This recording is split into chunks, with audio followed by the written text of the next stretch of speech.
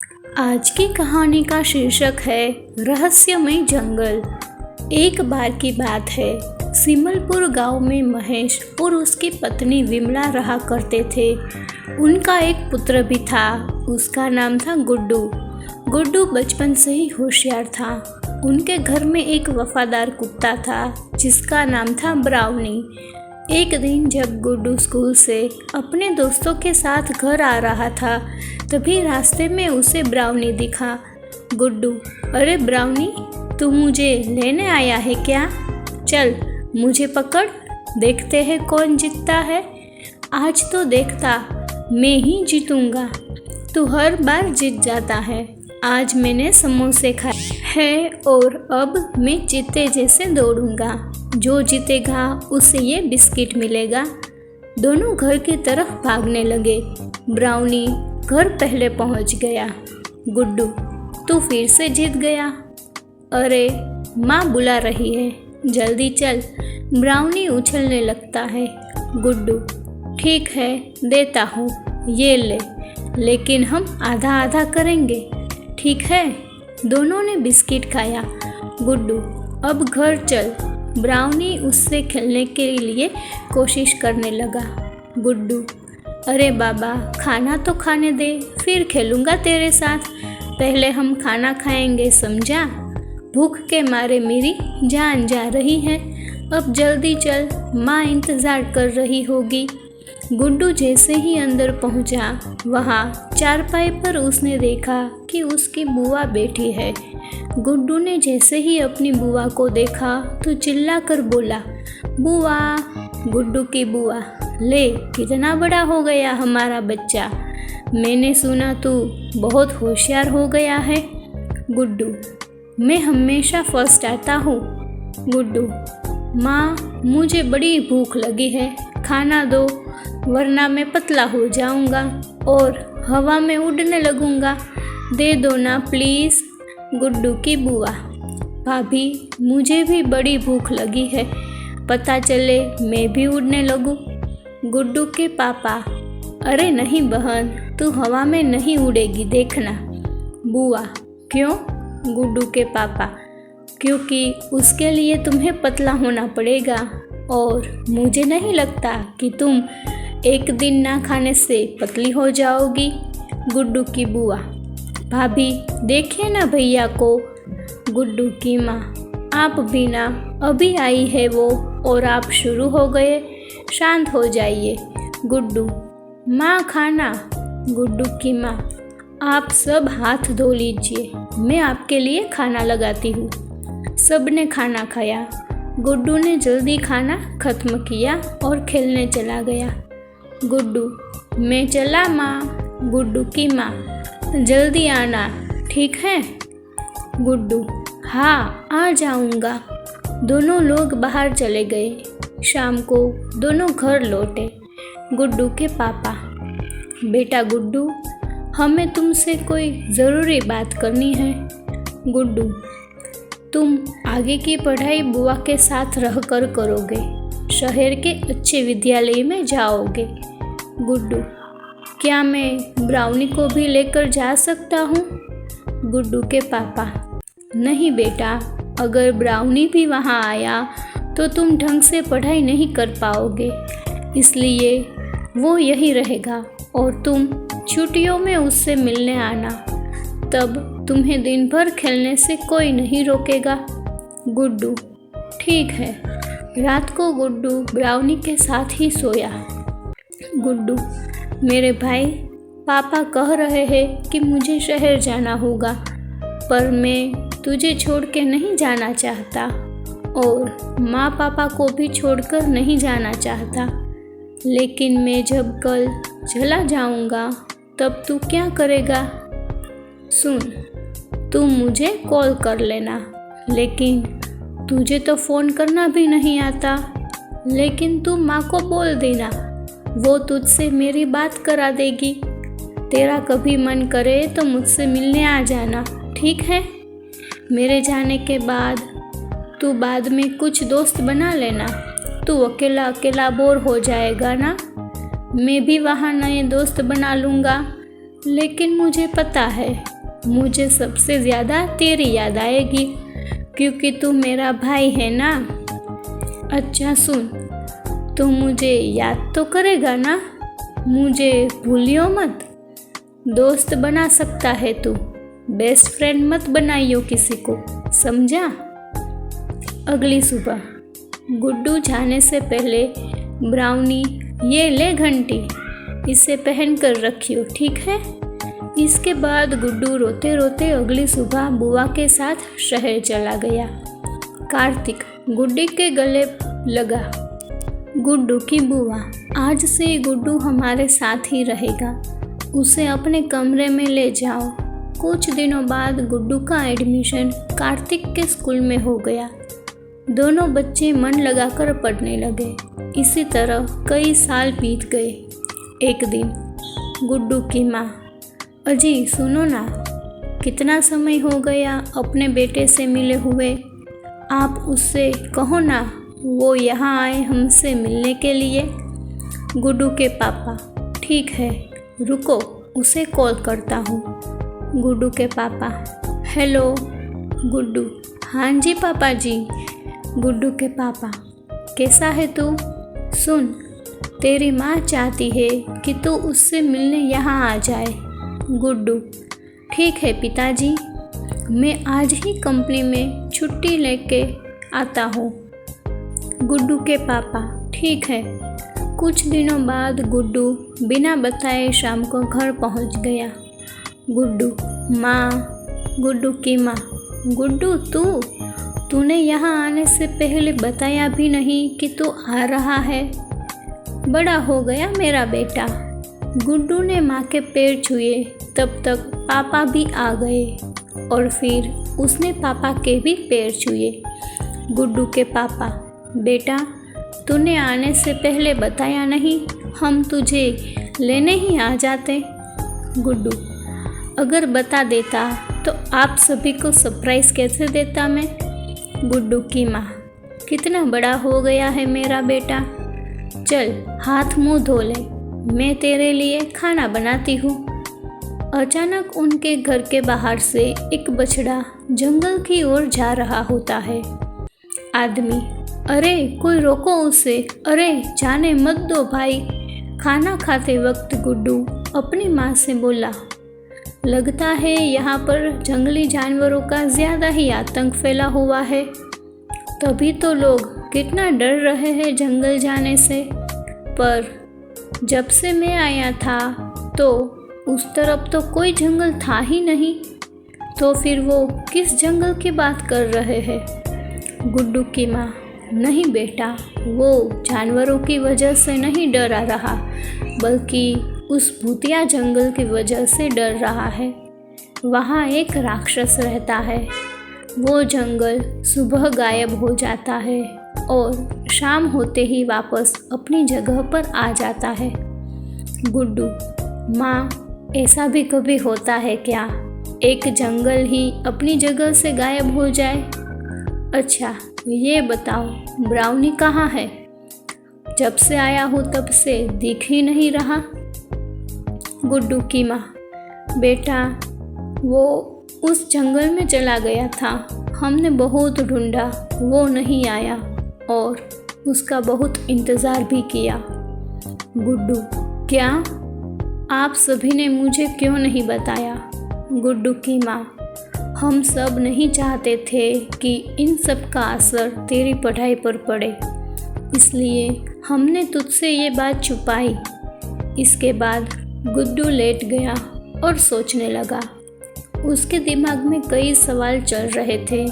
वो दिमाग में सोचता है कि ये सब क्या हो रहा है, जंगल कैसे गायब हो सकता है।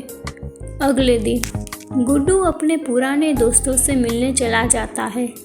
गुड्डू चल रहा होता है, तभी उसे रास्ते में राजीव मिलता है। राजीव, अरे गुड्डू, कैसा है मेरे दोस्त? लगता है तू तो भूल ही गया था कि तेरा एक गांव भी है। गुड्डू, नहीं यार, बस पहले पढ़ाई और अब ये जॉब, ये सब छोड़। रवि और मनु कहाँ हैं? राजीव, चल, मैं भी उन्हीं के पास जा रहा था। दोनों वहाँ पहुँचे। रवि, गुड्डू तू? देखो भाई, आज कौन आया है। बड़ा अच्छा लगा यार तुझे इतने दिनों के बाद देखकर। गुड्डू, हाँ यार, बहुत टाइम हो गया था तुम सबसे मिले हुए। अच्छा भाई, ये बताओ सब लोग जंगल से इतना डरते क्यों हैं? रवि, अरे भाई क्या बताऊँ, तेरे चले जाने के बाद इस गांव में एक बाबा आए थे। वो जंगल में तपस्या कर रहे थे। कई सालों तक तपस्या करने के बाद उसके ऊपर मिट्टी की परत जम गई और इस गांव के कुछ आदमियों ने नशे में उस बाबा के ऊपर लाठी मार दी और उस लाठी की मारने की वजह से बाबा की तपस्या भंग हो गई। बाबा को चोट भी आ गई। तब से उस बाबा ने इस जंगल को और इस गांव के लोगों को श्राप दे दिया कि अगर इस गांव का कोई भी इंसान जंगल की तरफ जाएगा तो वो कभी भी वापस नहीं आएगा। वो जो लोग वहाँ गए थे वो आज तक वापस नहीं आए और इसके बाद जितने भी लोग जाने अनजाने से गए वो भी कभी वापस नहीं आए। श्राप कभी खत्म नहीं होगा भाई। इसके बाद रवि गुड्डू को श्राप कैसे टूटेगा वो बताता है। वो बात सुनने के बाद गुड्डू, चलो दोस्त, मैं घर जाता हूँ, माँ भी इंतज़ार कर रही होगी। इसके बाद गुड्डू वहाँ से चला जाता है। घर जाते वक्त वो गांव के उसी रास्ते पर जाता है जहाँ से जंगल शुरू होता है, लेकिन उसे जंगल नहीं दिखाई देता, इसलिए वो घर लौट जाता है और रात होने का इंतज़ार करता है। रात होते ही वो बिना किसी को बताए जंगल की तरफ चल पड़ता है। वो जैसे ही जंगल के पास पहुंचता है, गुड्डू, यह क्या? दिन में तो यहाँ कोई जंगल नहीं था, अचानक इतना बड़ा जंगल कैसे आ गया? पहला भूत, हा हा हा, देखो तो कौन आया है। तुम यहाँ क्यों आए हो, बोल। दूसरा भूत, बस पिछली बार तुमने पूछा था ना, इस बार मैं पूछूंगा। पहला भूत, नहीं मैं पूछूंगा। दूसरा भूत, नहीं मैं। दोनों लड़ने लग जाते हैं। उन दोनों को लड़ता देख गुड्डू चुपचाप आगे बढ़ने लगता है, लेकिन जैसे ही वो आगे बढ़ता है, पहला भूत, कहाँ जा रहा है तू? बचना चाहता है? अब हम तुझे भी गायब कर देंगे और तुझे पूरी ज़िंदगी भर हमारी सेवा करनी पड़ेगी, जैसे कि यहाँ आए बाकी सब हमारी सेवा कर रहे हैं। गुड्डू डर जाता है। गुड्डू अचानक बोला, तुम्हें मुझे ले जाने से पहले मेरे मालिक से पूछना पड़ेगा, समझे? वरना मेरे मालिक तुम सबकी चटनी बनाकर रोटी के साथ खा जाएंगे। लेकिन मैं तुम्हारी उनसे बात करवा सकता हूँ।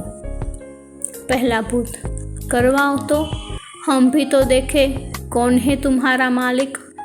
गुड्डू अपने फ़ोन में एक ऐप खोलता है और उसमें कुछ टाइप करता है और उस फ़ोन से आवाज़ आती है, क्यों याद किया है मुझे? गुड्डू, मालिक, ये दो छोटे भूत मुझे अपनी सेवा करने के लिए ले जा रहे हैं। मैंने तो कह दिया मैं बस आपका सेवक हूँ, तो कहते हैं कि कौन है तेरा मालिक? तो मैंने आपसे इनकी बात करवाने की सोची। गुड्डू दोबारा कुछ टाइप करता है और फिर से आवाज़ आती है, सुनो ओए, अगर मेरे सेवक को कुछ भी किया तो तुम्हें पुलाव बनाकर खा जाऊंगा। तुम जानते नहीं क्या, इस जंगल पर भी अब मेरा राज होने वाला है। बस रजिस्ट्री बाकी बची है। रुको, तुम सबको मैं सबक सिखाता हूँ। उसके बाद फ़ोन से बिजली गिरने और डरावनी आवाज़ें आने लगी। दोनों भूत आपस में बात करने लगे। पहला भूत, सुन, लगता है वे हमसे भी ज़्यादा शक्तिशाली है। कहीं ऐसा ना हो इस आदमी के चक्कर में हमें अपनी जान से हाथ धोना पड़े। दूसरा भूत, दोस्त निकल, जल्दी कर भाई, ये नई आफत आ गई है जंगल में। गुड्डू, चलो अच्छा हुआ, इन बेवकूफ़ भूतों से तो छुटकारा मिला। अब मुझे बाबा के पास जाना होगा। इसके बाद गुड्डू उस पेड़ के पास आ गया और बोला, गुड्डू, हमें माफ़ कर दो बाबा, आपके साथ उन लोगों ने जो कुछ भी किया उसकी सज़ा बाकी सभी भोले भाले गांव वालों को मत दो। मैं आपसे हाथ जोड़कर विनती करता हूँ। अचानक बाबा आ गए। बाबा, मुझ तक पहुँचना बहुत मुश्किल था, लेकिन तूने अपनी चिंता ना करते हुए अपने गांव वालों के बारे में सोचा। मैं तुम्हारे इस जंगल को श्राप मुक्त कर दूंगा।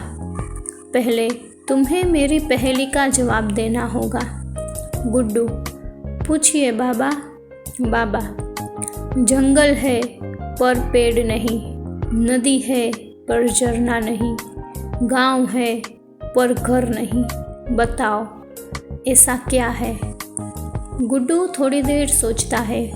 गुड्डू, बाबा, इस पहेली का उत्तर नक्शा है। बाबा, बहुत बढ़िया लड़के, बहुत बढ़िया, लेकिन अभी एक और पहेली, उसके बाद तुम्हें अपने कार्य में सफलता मिलेगी। बाबा, जीवन में सबसे ऊंचा पद किसका है? लेकिन इस बार तुम्हारे पास समय सीमा होगी। मेरे 5 तक गिनने से पहले तुम्हें उत्तर देना होगा। गुड्डू, मैं ध्यान रखूँगा बाबा। बाबा, जीवन में सबसे ऊंचा पद किसका है?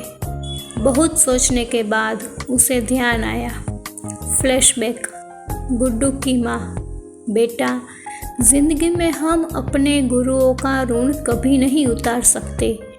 वही हमें मार्गदर्शन देते हैं, जिंदगी में सफल बनाते हैं। सबसे उच्चतम पद गुरु का ही होता है।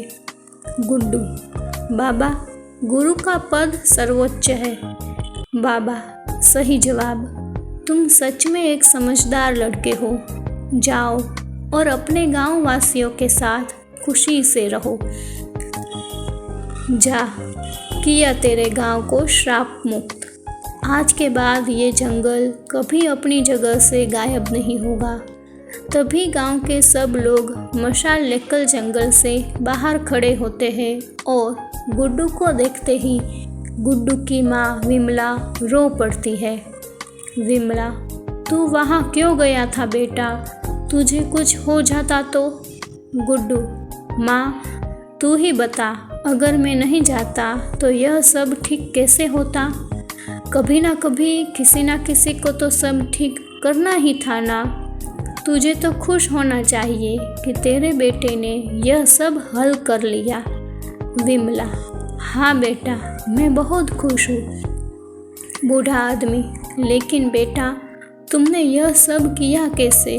गुड्डू, ज़्यादा कुछ नहीं, मैंने अपनी कंपनी के लिए एक ऐप बनाया था जिसमें हम कुछ भी टाइप करें तो वो टाइप की हुई चीज़ें अपने आप आवाज़ में बदल जाती हैं। हम किसी इंसान की आवाज़ निकाल सकते हैं। इसके बाद गुड्डू ने इसके बारे में सारी बात गांव वालों को समझाई कि किस तरह उसने गांव को श्राप से मुक्त किया। आदमी, तुम्हारी वजह से बेटा हम गांव के इस भयानक श्राप से मुक्त हुए। हर बार कोई ना कोई वहाँ चला जाता और अपनी जान से हाथ धो बैठता, लेकिन अब यह हमेशा के लिए ख़त्म हो गया। जैसे ही गुड्डू और सब लोग घर जा रहे होते हैं, तभी घंटी बजने की आवाज़ आई और वहीं कुत्तों की भौंकने की आवाज़ सुनाई देती है। सब जैसे ही पीछे मुड़ते हैं, ब्राउनी गुड्डू के सामने दौड़ता हुआ आता है। गुड्डू, ब्राउनी, तू कहाँ चला गया था? अरे, तुझे मेरी याद नहीं आई? आज के बाद अकेला मत जाइयो, समझा? तेरे लिए ही मैंने उस जंगल में जाने का फैसला किया था ब्राउनी। अब कभी तुम मुझसे दूर मत जाना, वह दोनों एक दूसरे के गले लगते हैं और गुड्डू रोने लगता है। सच में जानवर भी मोह और प्यार के भूखे होते हैं। अगर आपको ये कहानी पसंद आई हो तो इसे लाइक करें, शेयर करें और ऐसी ही कहानियाँ सुनने के लिए मेरे चैनल को सब्सक्राइब कीजिए।